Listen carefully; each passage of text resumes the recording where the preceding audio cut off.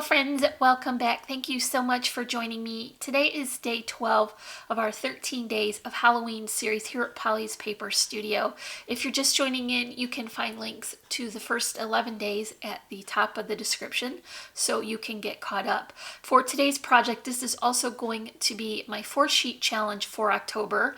If you are familiar with my channel, I have been challenging myself every month to use the 4 sheets that go along with the calendar collection from Authentique paper and create a project using only those 4 sheets of paper along with some cardstock and embellishments. So for today we're going to create this mini album with pockets and a waterfall section. I do want to show you very quickly before I get started because I always plan to show you at the end and then I forget.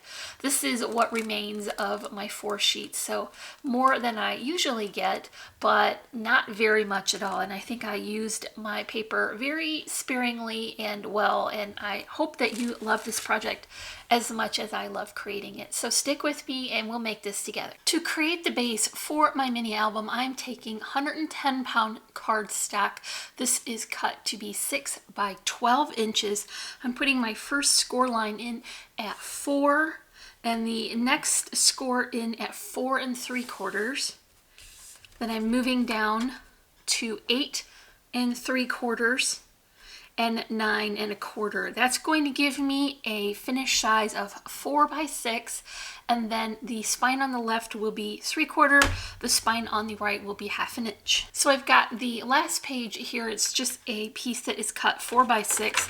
I'm going to join them together and you can see how that's going to work. We'll just open that up fully. So we've got 4 by 6, 3/4, and then 1/2 inch. I'm going to start working on what will be the left-hand page when it's open. So here is that fun jack-o'-lantern pattern paper, and I'm going to add that to black cardstock all throughout the book for a consistent look. And then here is my pocket. I'm just joining this to the bottom and adhering the flaps. Now I can remove the remaining double-sided adhesive and add this to the book. So I'll just line this up here along the edge, and that will be the first inside cover. I want to add this second pattern to the top of the pocket, and so that will be that gorgeous plaid. I have an insert here that is an additional piece of 110-pound cardstock. I finished the back with coordinating paper from the collection, and I'll do the same for the front. So I'm making this to be 3.5 by 5.5 so that it will fit easily into the pocket. So here is one insert, and then I've got one of the journal cards here. I love these sentiment as a full block, and the back pattern is really gorgeous, so no reason to change anything there.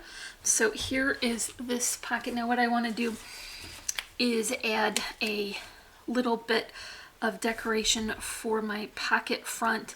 This is one of the 2x2 cut aparts, and I have prepared already a second page just as that first one with the insert and the journal card. I'll add this to the back page. Here is my 2x2 cut apart. I'm still using that black cardstock. So I'm still using black cardstock on these 2x2s because it helps to keep the busy patterns separate. And then before I do any more on the inside, I'll just go ahead and add my back piece here, which is a nice way to finish this with all the coordinating pattern papers. For the page that will show when the first flip is open, I've created another pocket portion. Here I've got my plaid with the border on it. I'm going to run my pocket on the side this time, and it's the same process. I'll just wrap that around and secure the flaps onto the back. Then this pocket is going to open toward the outside of the book, so I will flip the base this way and line it up with the edge. While I've got it turned and easier to see, I'll just add this layer over the pocket here to finish that. It's the topper for the calendar portion, and I just cut that to fit across this pocket. So this will be the second page that you see. I've taken a couple of the journal cards that were left while I was assembling the book, and then I finished off some of the solid paper that has orange and black with some additional patterns in the inside, so that this will be 2 more folded inserts. This will add a great amount of extra room for pictures, and we can tuck those right in there. For the waterfall portion, I am utilizing the B-side of all those vintage images. And so what I've done is I have cut my paper to be 3 3/4 of an inch wide and then 4 1/4 of an inch long, and I have scored that at 3 3/4. So I'm basically winding up with a square, and then I'm going to cover it with my pattern paper. My plan is to alternate. I've got a newsprint and then the black and white pattern, so I want to alternate them. I'm going to just go ahead and add all these images quickly first. So this one has a little bit of that print on the top, and that is okay because it will be covered under the next layer. And then here is the full black and white print for this piece. This last one here is going to have to be joined because I just simply ran out of paper at that point, but I can just combine this pattern and this black and white print again. So when all of these waterfall elements are layered up and adhered to the book, it will look like the correct order. So the first thing I want to do is take off my tape here and start adhering them to the base. So this is just cut to fit on the inside of that book, and I'm going to fold my flap and add this here.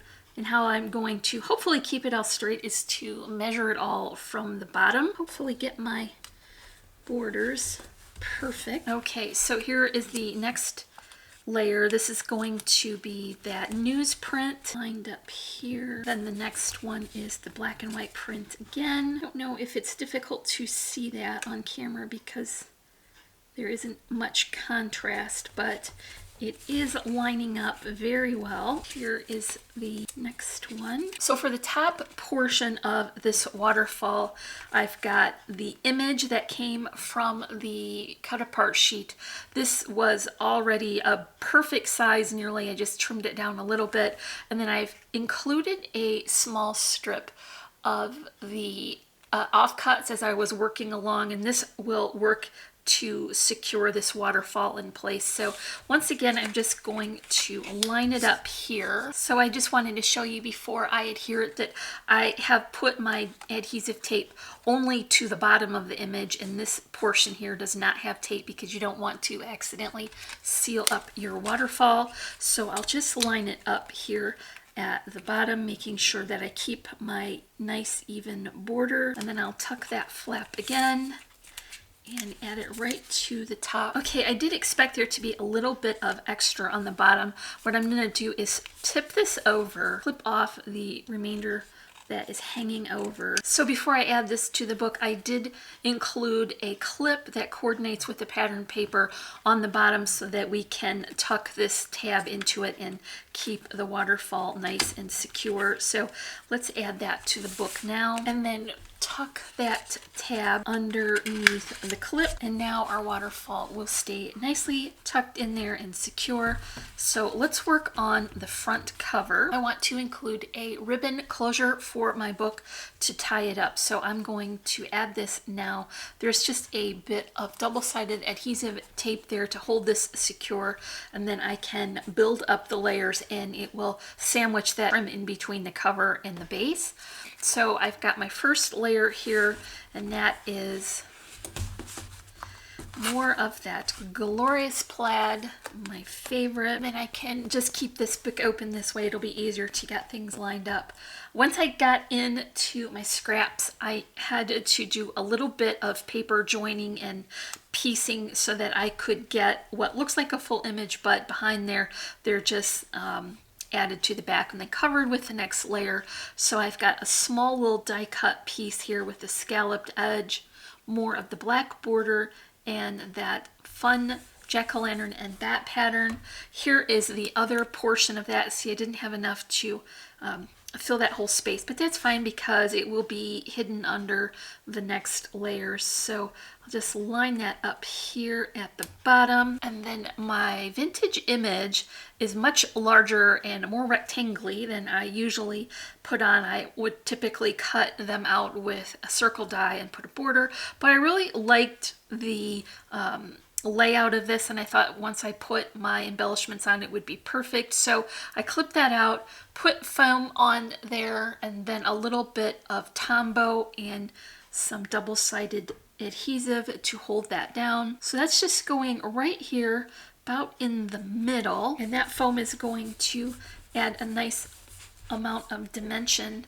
So the next couple things I've got to add are my glitter stars because I want them layered underneath the flowers. And I'll just hold these flowers in place temporarily so I know I've got this positioned right where I want it. So here's my regular floral arrangement that I have been adding all week, and for this one I did include a little bit of like a spider web netting to fill in that corner, and it's just going to go right here. I don't want to cover my pumpkin or my witch, so this is going right down almost to the bottom corner of the book. And I've added another, so for my smaller arrangement it's just the same patterns there but a little bit smaller, and then I did add the loopy twine bow and a plaid bow that matches the trim for my closure.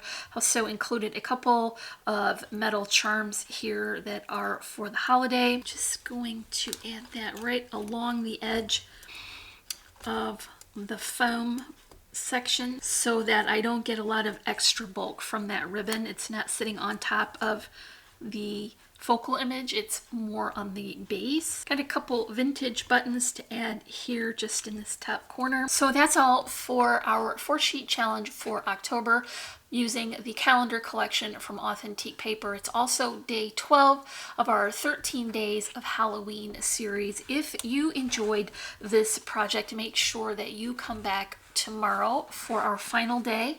You can find links to this collection and Authentique paper in the description below, as well as links for really reasonable ribbon where I got my trims and all of our social media sites. Don't forget to give me a big thumbs up and leave me a comment. If you're not already, I would love for you to subscribe. And as always, I'm wishing you a happy and productive day, and I thank you so much for watching. Bye.